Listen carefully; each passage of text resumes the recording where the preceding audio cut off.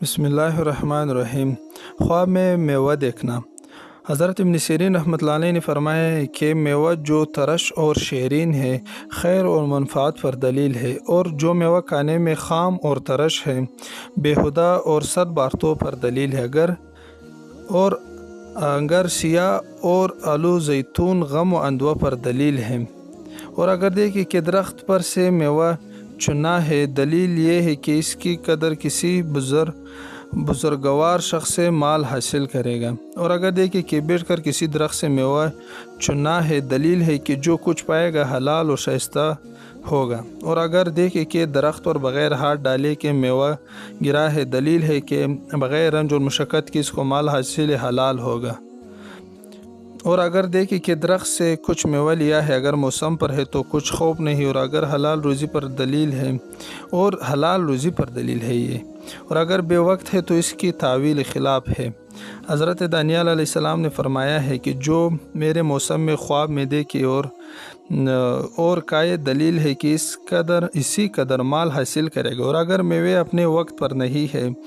دلیل ہے کہ اس کا مال گندہ ہوگا، اور میوے کی تعویل درخت کی طرف رجوع کرتی ہے، خواہ نیک ہو خواہ بد ہو۔ اور زرد میوے سوائے رنج اور بہی اور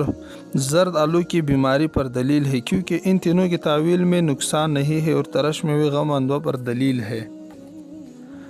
اور تر میوے پکے ہوئے اور شیرین اور اپنے موسم پر روزی حلال پر دلیل ہے، اور خواب میں خام اور بے مزہ میوے مال حرام اور اندوہ اور مصیبت پر دلیل ہے، اور اگر دیکھیں کہ اس نے گرمی کا میوہ سرما میں کھایا ہے تو دلیل ہے کہ بیمار پڑے گا۔ حضرت ابراہیم کرمانی رحمۃ اللہ علیہ نے فرمایا کہ خواب میں شیرین میوہ اگر بے وقت دیکھے تو غم و اندوہ پر دلیل ہے، اگر گیر میوہ بے وقت کھائے تو کاموں کی بستگی اور تنگی عیش پر دلیل ہے۔ حاصل یہ ہے کہ جو میوہ سبز اور تر اور خوشبودار اور شیرین ہے، اس کی تعویل خیر و منفعت ہے۔ حضرت اسماعیل اشعث رحمۃ اللہ علیہ نے فرمایا ہے اگر دیکھے کہ میوہ بیچتا ہے اگر کوئی لوگوں کا پسندیدہ ہے، دلیل ہے کہ کسی بڑے کام میں مشغول ہوگا، اور اگر میوہ ترش اور بے مزہ فروخت کرتا ہے تو غم و اندوہ اور رنج پر دلیل ہے۔ حضرت جعفر صادق رضی اللہ تعالیٰ عنہ نے فرمایا ہے کہ خواب میں میوہ فروش اگر عمدہ اور شیرین میوہ فروخت کرتا ہے تو بہتری اور خیر پر دلیل ہے، اور معتبر کو چاہیے کہ نیک و بد اور جنس اور ناجنس کو جانے کہ کس طرح بیان دینا چاہیے، اور ہر ایک خواب میں فرق کرنا چاہیے، اور تب تعویل بیان کرے